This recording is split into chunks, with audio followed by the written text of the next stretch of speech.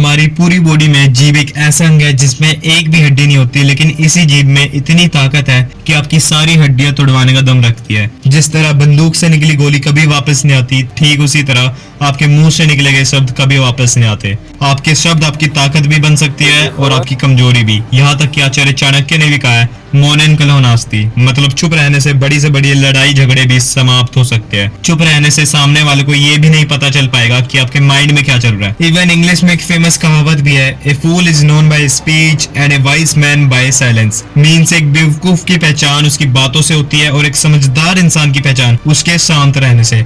ज्यादा बोलने से आपकी मौत भी हो सकती है। जी हाँ, मैं आपको एक रियल इंसिडेंट सुनाता हूँ। ये बात है 14 दिसंबर सन 1825 की, जब रूस के सिंहासन पे निकोलस बैठे और तभी रूस के लोगों ने विद्रोह शुरू कर दिया। उनकी मांग थी कि रूस में यूरोप के बाकी देशों की तरह बड़ी बड़ी बिल्डिंगें बनाई जाए, फैक्ट्रीज और इंडस्ट्रीज लगाई जाए। तो इन सबसे परेशान होकर निकोलस ने विद्रोहियों के नेता कोंद्रेती को मृत्यु दंड का आदेश दे दिया कि इसको फांसी पे लटकाया जाए। जिस दिन कोंद्रेती को फांसी दी जाने वाली थी, उस दिन एक बहुत ही दिलचस्प घटना घटी।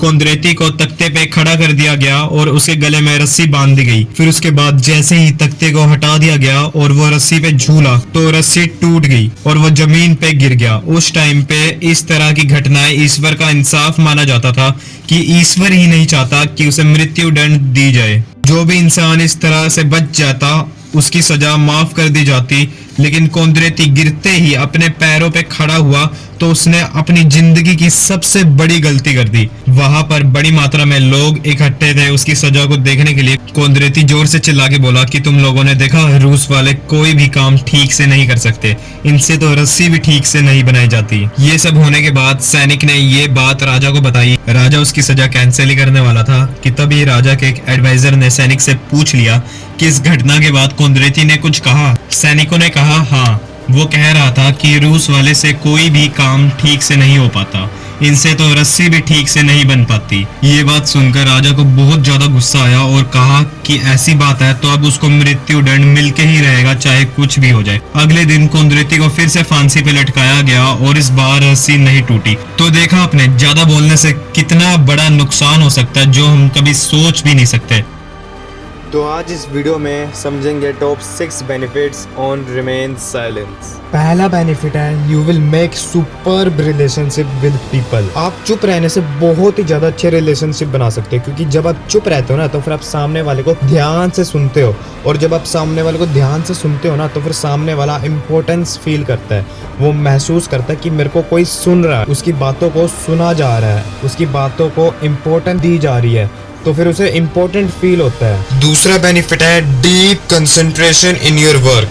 जब आप साइलेंस होते हो ना तो फिर आप कोई भी अगर काम करोगे ना, आप उसमें पूरा डीपली जाके उस काम को कर सकते हो, क्योंकि जब आप साइलेंस रहते हो ना तो फिर आपका ब्रेन ऑटोमेटिकली एक काम पे फोकस हो जाएगा। पूरे कंसंट्रेशन के साथ आप उस काम को कर पाओगे, चाहे वो कोई भी काम हो, चाहे वो पढ़ाई करना हो, किसी चीज पे प्रोजेक्ट बनाना हो, या फिर और भी बहुत तरीके के काम, आप उन सब को इजीली कर पाओगे। तीसरा बेनिफिट है, you will avoid any kind of negative discussion as argument. जब आप चुप रहते हो ना तो फिर अगर आपकी कहीं पे लड़ाई हो रही है ना, या फिर आपको कोई कुछ बोल रहा है, तो अगर आप जब चुप रहोगे ना तो फिर आपकी लड़ाई झगड़े ऑटोमेटिकली समाप्त हो जाएंगे। क्योंकि मान लो सामने वाला कोई आपको बोले जा रहा है और अगर आप भी उल्टा उसको जवाब देते रहोगे तो फिर लड़ाई का कोई अंत नहीं होएगा। वो बहस ऐसे ही चलती रहेगी। लेकिन अगर आप चुप होगे थोड़ी देर के लिए, वो कुछ भी बोल रहा है उसको बोलने दो, लेकिन आप अंदर से पूरे शांत हो, तो फिर आप देख पाओगे ऐसे करने से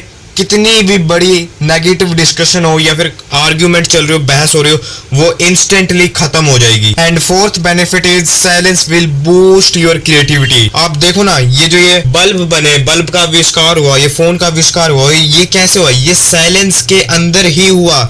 जब आप साइलेंस में रहते हो ना तो फिर आपकी क्रिएटिविटी बूस्ट होती है, आपके अंदर कुछ नया करने का ख्याल आता है, नए नए आइडियाज आते हैं, और ये सिर्फ साइलेंस में रह के ही हो सकता है। And fifth benefit is you will able to read people. जब आप साइलेंस में रहते हो ना, आप जब शांत रहते हो तो फिर आप सामने वाले बंदे को, सामने वाले व्यक्ति को अच्छे से पढ़ सकते हो, उसकी बॉडी लैंग्वेज को अच्छे से देख सकते हो। वो आपको आसानी से बुद्धू भी नहीं बना सकता, बिकॉज जब आप शांत रहोगे ना तो फिर सामने वाला आपको कुछ भी कहेगा, जैसे भी बोलेगा, उस सब के इंटेंशन, उसका इरादा क्या है बोलने का, वो सब आप आसानी से पढ़ पाओगे। And sixth benefit is you will understand yourself. आप अपने आप को जान पाओगे, आप इस दुनिया में किस लिए आए हो, आपका मकसद क्या है इस दुनिया में आने का। आपको अंदर से अपने बारे में बहुत कुछ पता चल जाएगा कि आप जब शांत रहोगे ना तो फिर आपको अंदर से अपने बारे में पता चलेगा, आप अपने आप को अच्छे से समझ पाओगे, और ये सिर्फ शांत रहने से ही होएगा। And the last benefit is जब आप चुप रहते हो बहुत समय तक और उसके बाद जब आप बोलना शुरू करते हो,